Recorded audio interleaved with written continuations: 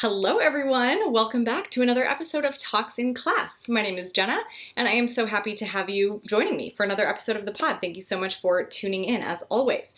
I am still here in Wisconsin, but I'm on my last leg of my summertime Wisconsin journey, and it's been great. It has been very full. I've been keeping myself busy, and I've been not creating as much content as I usually do. Typically when I am here, I create a ton of content because I'm quite literally surrounded by nostalgia in my childhood bedroom. But I don't know, I guess I've just been living and not filming, which, I mean, that's obviously good too. So it has been fun. I've gotten to spend a lot of time with friends and family and just soak up the summertime energy in the Midwest, which is always great. So I am gearing up to head back to LA, back to real life, I guess, and my calendar is very full. When I get back, August is looking a little crazy.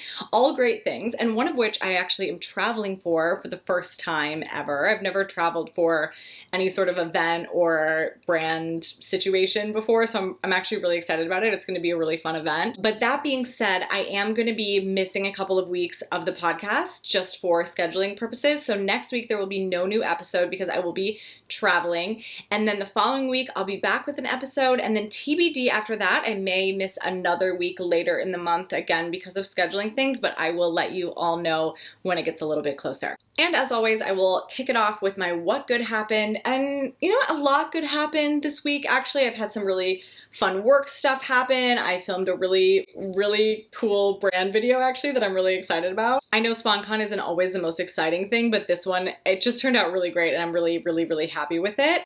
And I think really my what could happen is just that I really got to see so many people on this trip. I got to catch up with some friends that I haven't seen in years. I mean, probably a decade or more, some of them. So it was really fun. So this week's topic is, again, a very summer themed topic, and something that always feels really important to me when I think back on my experiences in the summer growing up, and that is summer camp.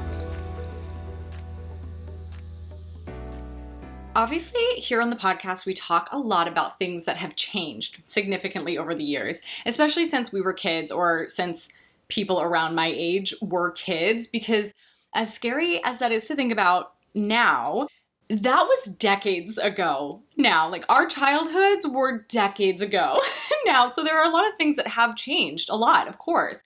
But I think that there are still some quintessential childhood experience type things that have stayed pretty much the same over time. And I am not a kid, nor do I have kids, so I can't really say for sure, but I do think that there are at least some things where the essence of them has stayed pretty much the same. And I would guess that summer camp is one of those things. There's just something about summer camp that feels inherently old-fashioned in a way. Like, the summer camp experience is just so wholesome that it almost seems kind of frozen in time because of that.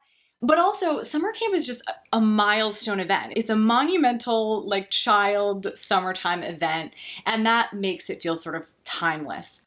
And I mean, I'm sure there are plenty of things that have changed about summer camp. Kids probably bring cell phones with them to summer camp now. They're probably making little get ready with me videos in their bunks. I don't know. I don't know.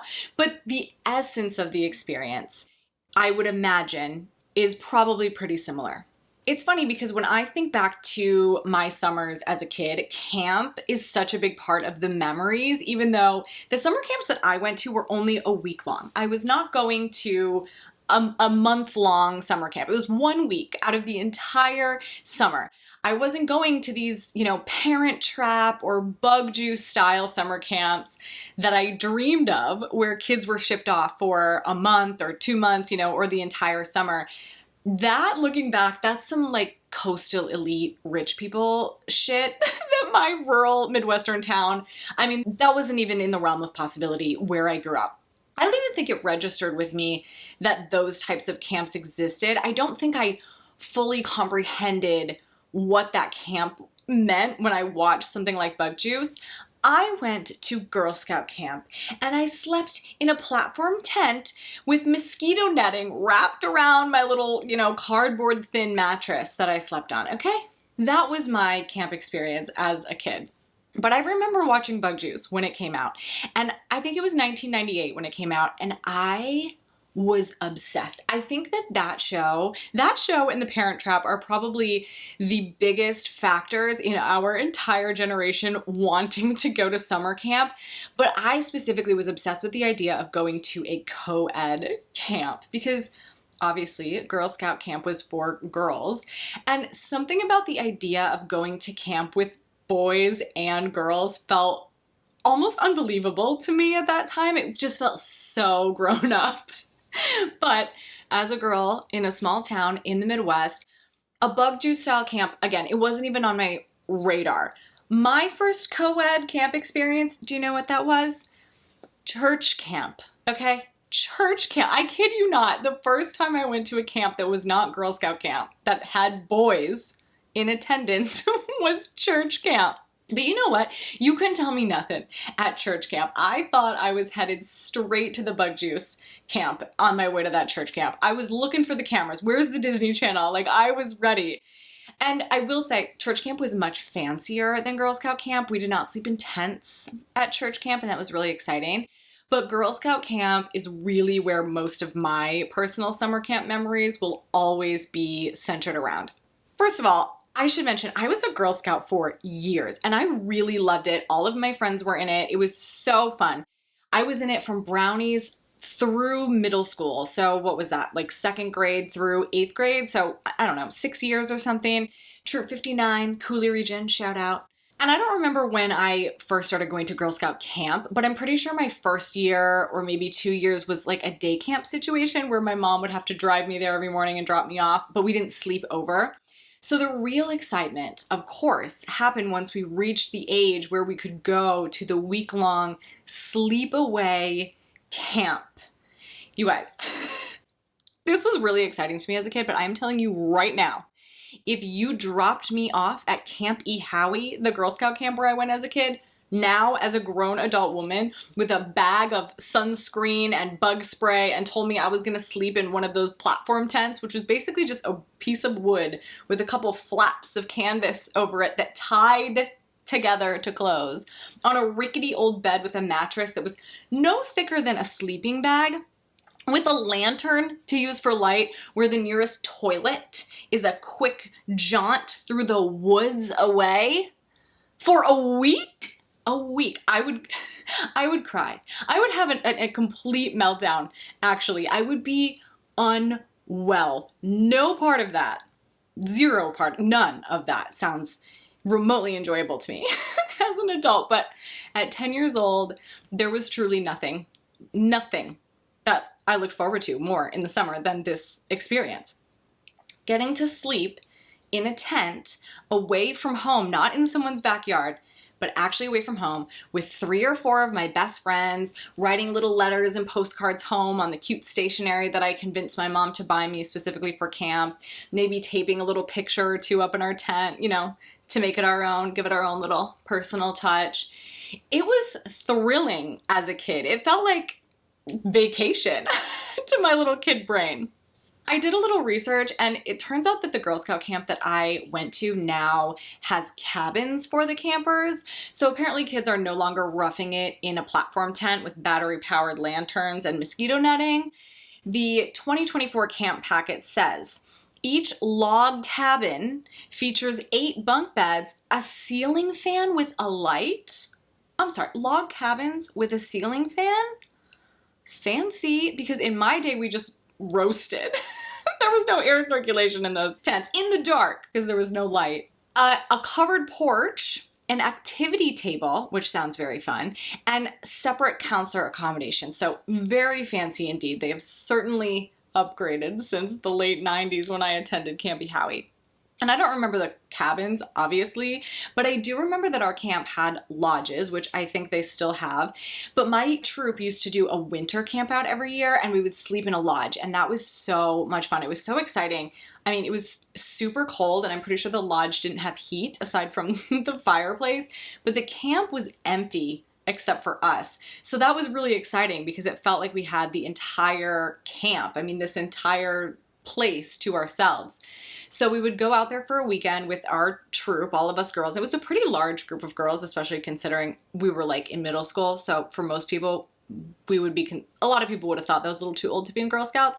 But we had a pretty large group and a couple of parents, of course, who would chaperone us. And I remember one year we were working on some sort of stargazing badge or something like that. So we went out to look at the stars at night, but we went sledding beforehand. I just remember it was so cold. I remember literally laying in the snow, looking up at the sky and just thinking to myself, I'm gonna freeze to death out here. But this is what we did for fun in Wisconsin as kids in the late 90s. But those winter camps, winter trips to camp always felt really special because we got to stay in the lodge. The lodge had bathrooms, like an actual toilet with running water. It had a kitchen. It had cool bunk beds and a big fireplace in the middle where we would roast marshmallows and also produce heat for the entire lodge. But during the summer, in my day, the lodges were not for sleeping. That is what the tents were for. I have a lot of memories about Girl Scout camp, but one thing that always comes to mind is the packing list. And I mean, back in those days, I assumed they mailed it to us through USPS, or maybe our parents had to physically go pick it up at the camp or something. I don't know. I just know we weren't getting it as an attachment in a welcome email because it was the 90s. But the packing list felt like the summer version of the school supplies list, which was a list of stuff that the camp was basically telling our parents that they had to buy for us. So I took this as an opportunity to go shopping because even as a young age, I found any opportunity to go shopping and ask my mom to buy me stuff. And, you know, the packing list for camp was pretty standard, not that exciting when you think about it. Bug spray, mosquito netting, sunscreen, closed-toed shoes, which I broke that rule. I have pictures of me at Girl Scout camp wearing Adidas slide sandals, the least practical shoe for a camp. Flashlights, you know, boring stuff. But the optional items, that category was where I thrived. Things like stationery to write home. And I just realized this while I was thinking about this podcast, and this is so funny. I was only at camp for a week. 7 days, I think, max. So I remember getting mail from I got mail from my parents like every single day. I even got letters from our neighbors or postcards from our neighbors. They must have put those things in the mail literally probably the day before I left for camp in order for them to have time to actually go through the mail and arrive at the camp and get sorted so that I could get them before like at least the middle of camp. They must have had a very strategically planned mail schedule for when they were going to mail each thing so that it would get to me on time at camp. But I loved writing letters and postcards to people from camp. I'm sure I loved receiving them, but writing them was so exciting for me. So I got this cute stationery every year from the weird store that we had that sold everything from fancy candles and baskets to gel pens and Beanie Babies. It was like a weird gift store and they sold stationery. And I also remember getting these brightly colored, just regular plastic Bic pens, but they were in bright, bright colors, the ink as well as the clear plastic of the actual pen. And they came in cool colors. They came in bright blue, they came in lime green, neon pink. Those pens, I think, really were my gateway drug to Jelly Roll pens. And I have searched the internet. This is how often I think about these pens. I have searched the internet several times to try to find them. And the only ones I can find are on eBay for outrageous prices. But I also loved buying some of the standard items, but I would get the camp version, like normal products, but I had certain things that I would only buy to take to camp, like Sun Smackers lip balm, which, clever marketing. Sun Smackers is a good name. It was just Lip Smackers lip balm with sunscreen in it. And I still have one of my Sun Smackers lip balms from the 90s. I found it with all of the other beauty products that I have from the 90s. And I swear to you guys, every time I smell it, If I close my eyes, I'm literally catapulted back in time. I am transported to summer camp in the late 90s. And it's a very specific smell. I don't even know what it's really supposed to smell like, what they were aiming for.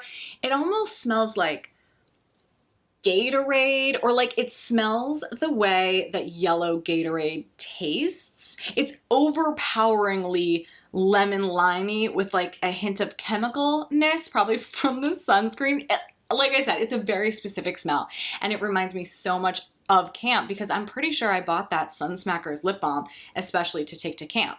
And it had the little hole on the cap so you could put it on a keychain, and then it had the little clip that you could clip on your backpack, or if you were really cool, on your belt loop, which I'm sure I did that. I am absolutely positive, actually, thinking about it now, that I walked around Girl Scout camp with a lip balm, a neon yellow lip balm clipped onto my belt loop, thinking I was very cool. And then a little bit later, I remember my friends and I went through this really big phase of being obsessed with the L'Oreal Kids shampoos. You know, the ones where the bottle looks like a fish and it has a little eye on it. I'm pretty sure they still make them, but I think they probably came out sometime in the late 90s. And my friends and I don't know why, we went feral for these things. It makes no sense, but we decided that that was the shampoo, the only shampoo to bring to summer camp. And I mean, we were obviously older than the target age range for these products because we were probably like 12, and I'm pretty sure they were made for actual children. But I don't know, the bottles were cute and they smelled amazing, I have to say. That's honestly probably why we were obsessed with Bath & Body Works. Why wouldn't we also be obsessed with shampoo that smells really good? There was one in a red bottle that I remember loving. Don't remember what the scent was, but I remember I loved the red bottle. And then there was one in a green bottle, which I'm pretty sure was watermelon. That was my favorite. I actually feel like maybe I should buy it just to smell it, to see what it smells like now. I loved it. And at our Girl Scout camp, because we slept in tents and there was obviously no bathroom, we showered at the pool. So I guess we probably had swimming once a day, but then there was also an option actually to do an early morning swim before breakfast that was called Freezing Frogs. And I think it was called that because, I mean, one, it was freezing in an unheated pool in the morning before the sun was barely up at that point. And then I think the frogs part was because there would be frogs around or maybe even in the pool. I guess they would go in there overnight. So we were swimming with frogs. I don't know. There was something about actual frogs. And I do remember that pool was always really, really cold. And I remember we had to wear these rubber swim hats, you know, like a swim team cap. And I think they were color-coded based on your swimming ability. On the first day of camp, we all had to take a swim test so that the counselors, you know, these poor teenagers, looking back, they were kids themselves. These poor teenagers that were tasked with taking care of this group of children so that they could identify which kids were at high drowning risk, basically, like which ones they had to really watch at the pool. And I think that the color of the cap identified a level that was to signify your swimming ability and thus whether or not you were allowed to do certain things like go in the deep end of the pool. But anyway, the pool was where we showered. That was our daily shower spot. And we all had our little shower kits with our L'Oreal Kids shampoos and all the different scents. We probably coordinated it together. Like, you get the red one, I'll bring the green one. We'll swap back and forth. And I remember one of my friends had this clear plastic Gillette women's razor. It's like a flat razor, and it was neon color with the blade, and it almost looked like, I don't know, it was flat with ridges. I think about this razor almost every day. I'm not even kidding, of my adult life. I wanted it so bad back in the day, and I remember one of my friends had it at camp. But I also have this really clear memory of being in my little neon green and bright blue floral patterned bathing suit in the showers at the pool and having my L'Oreal Kids shampoo and like feeling so cool with that shampoo. My friends and I all having this like children's shampoo and feeling like, wow, we are living the dream right now with this kids shampoo. This is the best day of my life. And then there were the other kind of standard items. There was sunscreen, which my choice for was usually the No Ad brand. Do you guys remember No Ad? I loved this brand, and it was probably just because the packaging looked cool to me. It came in these really giant bottles. I actually don't even know if it came in a regular size bottle or not. I just remember these gigantic bottles, but they were all really brightly colored, and then they just had this really minimalistic kind of label on the front. I don't know, maybe I had a taste for something that felt a little bit like an indie brand even back then, because their branding really was so different from all the other sunscreens on the market. It felt like something you'd buy at some sort of weird health food store, which feels very on brand for me as an adult. Maybe that started way back in elementary school or middle school. And then there was bug spray, of course, which I always hated wearing because it smelled bad. I mean, I wanted to smell exclusively like L'Oreal Kids Watermelon Shampoo and Bath & Body Works Country Apple. Thank you very much. And sometimes you would have a specific packing list if you were going to a special themed camp session, because you could choose a camp session either for just a general camp, or you could do something that was focused on a specific interest or activity. I don't know, there was probably arts and crafts and swimming. I don't know. All I know is one year I went to horseback riding camp. Oh my God, I thought I had made it in life. I mean, and it was Girl Scout camp. It was just Girl Scout camp, but the session theme of the entire week was horseback riding, and it really was amazing. We rode horses every day because, you know, obviously it was horseback riding camp, and because we were out riding, we got to actually leave camp, which felt very elite and very special. And I have told this story before a long time ago, but one day while at horseback riding camp, we were all out somewhere and we stopped for lunch, and we had this big cooler of some sugary beverage. Honestly, it was probably Kool-Aid made from a powder, but it was one of those ones with the spout, you know, like the Gatorade coolers that the football player will dump on their coaches in the movies. And somehow it spilled all over me. Like half of the container was dumped down the front of my clothes, all over my shirt, all over my jeans, everywhere. And everyone was laughing hysterically. I remember, like, all of my friends really thought it was so funny, and I was not happy. I did not think this was funny. I was almost in tears, and I said, I was like, it's not funny, you guys. And I said, I'm gonna be Bug City. And I still remember that phrasing so specifically to this day, because my friends thought that was so funny that I said that, Bug City. And I mean, okay, I meant I was covered in sugar water essentially, so the bugs were gonna flock to me because we had to ride our horses back to camp, but they thought this was so hilarious, and I was so distraught over it. And that honestly is all I really remember about horseback riding camp. I don't remember a single other specific thing about that entire week at horseback riding camp other than the Kool-Aid getting dumped down the front of me. But I do know that it was a camp that was reserved for older kids. Obviously, I mean, you can't put little kids on horses. So you probably had to be, I don't know, 11 or 12 or something like that to go to it. So we waited and waited and waited to be able to go to this camp. And I was so excited. I was so excited when we finally reached the age limit so that we could go to the horseback riding session. And a bunch of my friends and I all went together. And it really was so fun despite the Kool-Aid mishap.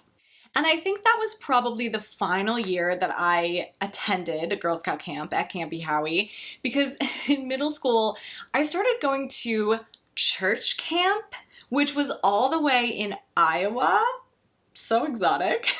And I don't know, you guys, I'm not gonna lie, I don't know how excited I exactly was about the church aspect of it, but the camp itself was such an upgrade from Girl Scout camp, and this is why I wanted to go. It felt like a step closer to my bug juice dreams. We had cabin-like things to sleep in, first of all, and one year we got to sleep in tree houses, or they called them tree houses, but basically they were cabins, pretty nice cabins on stilts, with these big stairs leading up to them. And I think it was another thing where you had to be a certain age to be able to sleep in the tree houses. And they were at the top of this hill. So every time you'd go back to the tree houses, we'd all be huffing and puffing walking up that hill. And the rule was that if you said a curse word, or I guess if you said any bad word, I'm sure they had a long list, you'd have to run up and down the hill as punishment. And I think now that I'm remembering, the bathrooms were also at the bottom of the hill. But yeah, you had to run up and down a hill as punishment if you swore. If that is not something straight out of a 90s kids movie, I don't know what is. Man, that did nothing to help me, I'm sorry to say. If I had to run every single time I swore now as an adult, I would be a marathoner. Oops. I don't remember too much about how we actually spent our days at church camp though. At Girl Scout camp, I remember it was a very planned out schedule. It was morning activities, if you wanted, those were optional, freezing frogs or whatever else there was to choose from before breakfast, and then a full day of activities, just back-to-back activities, arts and crafts, swimming, canoeing, going to the trading post, which was the little camp store, like the camp food and gift shops where you could buy candy and camp merch with money that your parents would leave for you to spend at the trading post. And one of the best things that you could buy at the trading post was a stuffed signature animal that you could get every summer. It was just a stuffed animal, and I think they had a bunch of different options, but I remember one year I had a rabbit with really long ears, but it was made out of plain canvas, and it just had a little Campy Howie logo, and it came with a little fine point Sharpie so that you could have all of your camp friends and your counselors sign it. And this was the thing to have. We all had to have one of these, and I still have one of mine. I don't know if it's the rabbit. It's in the garage. I remember seeing it a while ago. I need to go look at it to see especially what my camp counselors, what their camp names were that specific summer. I don't know if this is specific to Girl Scout camp or if other types of camps had this. Our church camp didn't, but at Girl Scout camp, every staff member had a camp name. Usually it was something that reflected their personality or something that they liked or were interested in. I remember having a counselor named Skittles. We had one named Rainbow. I had one named Gato. She was my favorite counselor that year. Remember one named Tigger because this was during the 90s Winnie the Pooh craze. But every staff member had this camp name, even the camp director and the nurse and everybody. It wasn't just the counselors, it was everybody who worked at the camp. And it was a really big deal because on the last day of camp, there was an awards ceremony, and I couldn't tell you a single one of the awards that they gave out, but I do remember that this is when they would all reveal their real names to us. And I don't know why, but we were so obsessed with their real names. This was the hot topic of conversation the whole week. Those poor counselors, we were relentless about the names. We just wanted so badly to be able to guess their real names. And I don't even think they would tell us if we did guess it right.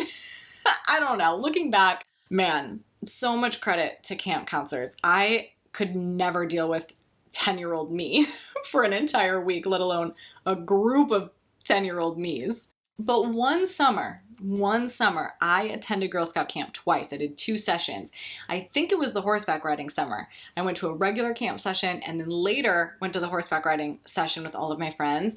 But because I had already been to camp that summer, I knew everyone's real names when I arrived for my second session because they told us at the end of the first session. Oh, you guys, that knowledge made me like Queen VIP of this 12-year-old little group at Girl Scout camp. I'm sure I thought I was so cool. I probably like hung it over people's heads. If you do XYZ for me, if you let me borrow your Sun Smackers, I will tell you our camp counselor's real name. Again, don't ask me why this was so important, but this was the topic of conversation. The conversation around everyone's real names probably occupied a very large portion of our days at Girl Scout camp. But anyway, we had our schedules, we had our little activities, and capers, obviously, which is, if you don't know, is just camp speak for chores, basically. I don't even remember what the capers were. We had to clean stuff, we had to take out the garbage, maybe help out in the mess hall, something like that. And then there was some downtime, I remember, built into the day. Definitely before bed we had downtime, and that's where I would write my brilliant letters home to everybody to tell them how fabulous a time I was having sleeping in a tent in the woods, which really felt like a different world to me thinking back, even though in reality it was like 20 minutes up the road. But at church camp, I don't really remember details about how we spent our days. I'm sure we did all the same camp stuff, activities, meals. I don't remember having to do capers, but we probably did. Actually, I'm sure we did. That seems very on brand for a church camp. I do remember that we played epic games at church camp. And that felt very Bug Juice to me. You sense a theme here. Everything revolved around how close can I get to living the experience of the television show Bug Juice. But to middle school Jenna, a giant all camp game of Color War or something like that was the epitome of this Bug Juice style summer camp experience that I was so craving. I also remember really big campfires at church camp and making pudgy pies. And now that I say that out loud, I know that has to be a regional term, but I don't know what else these are called. I don't know what people elsewhere call them. Okay, wait, I Googled it. Mountain pies, hobo pies, toasties.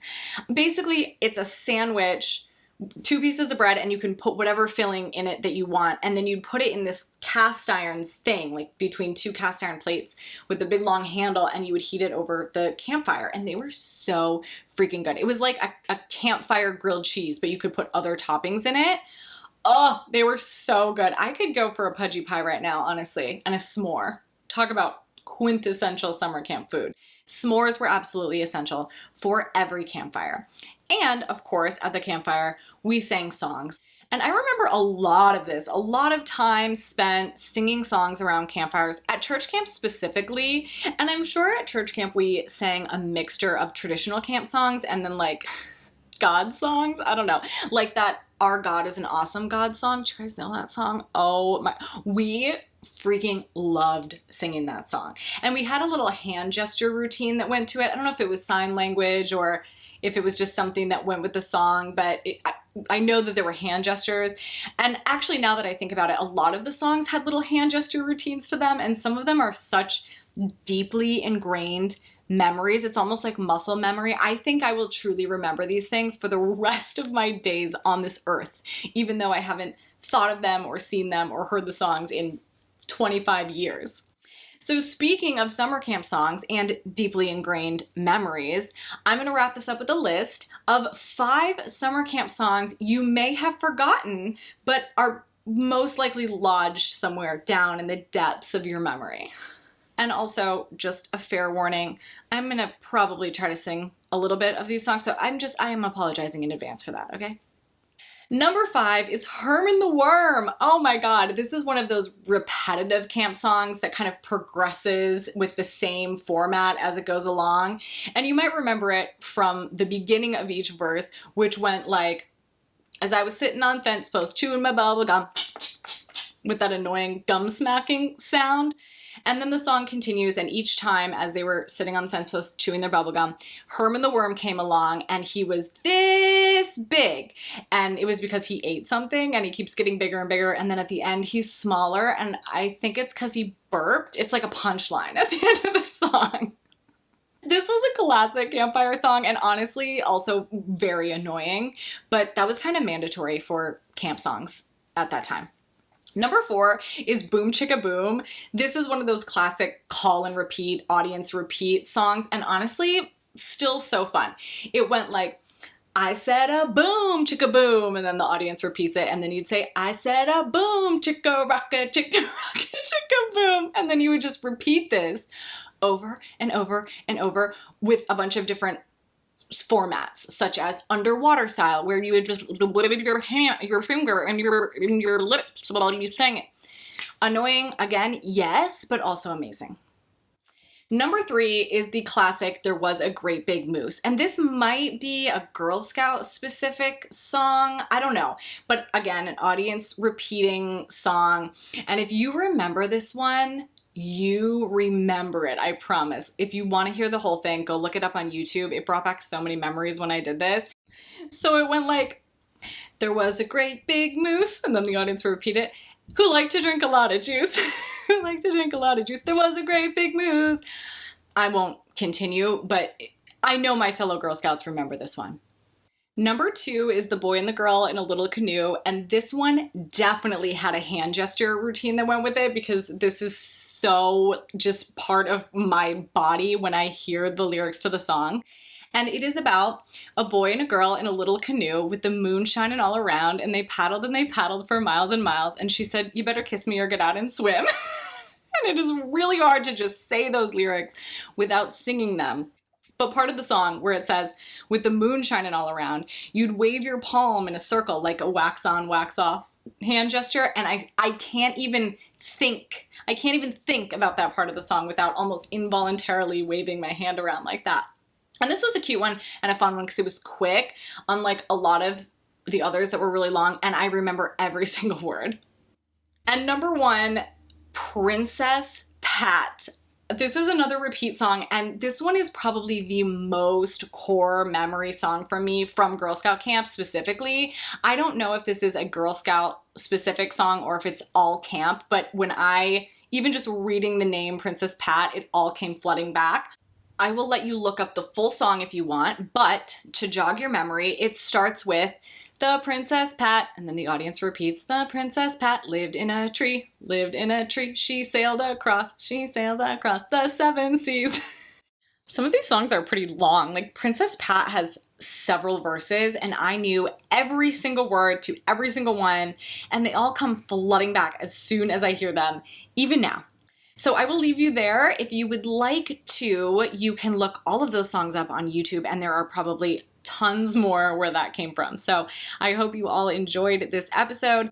If you have kids now that are going to summer camp, I would be so curious to know what that experience is like. And if you did enjoy this episode, I of course would love it if you'd share it with somebody else who might enjoy it. Don't forget to rate, review, and subscribe so you never miss an episode, and I'll be back with the next one. Bye!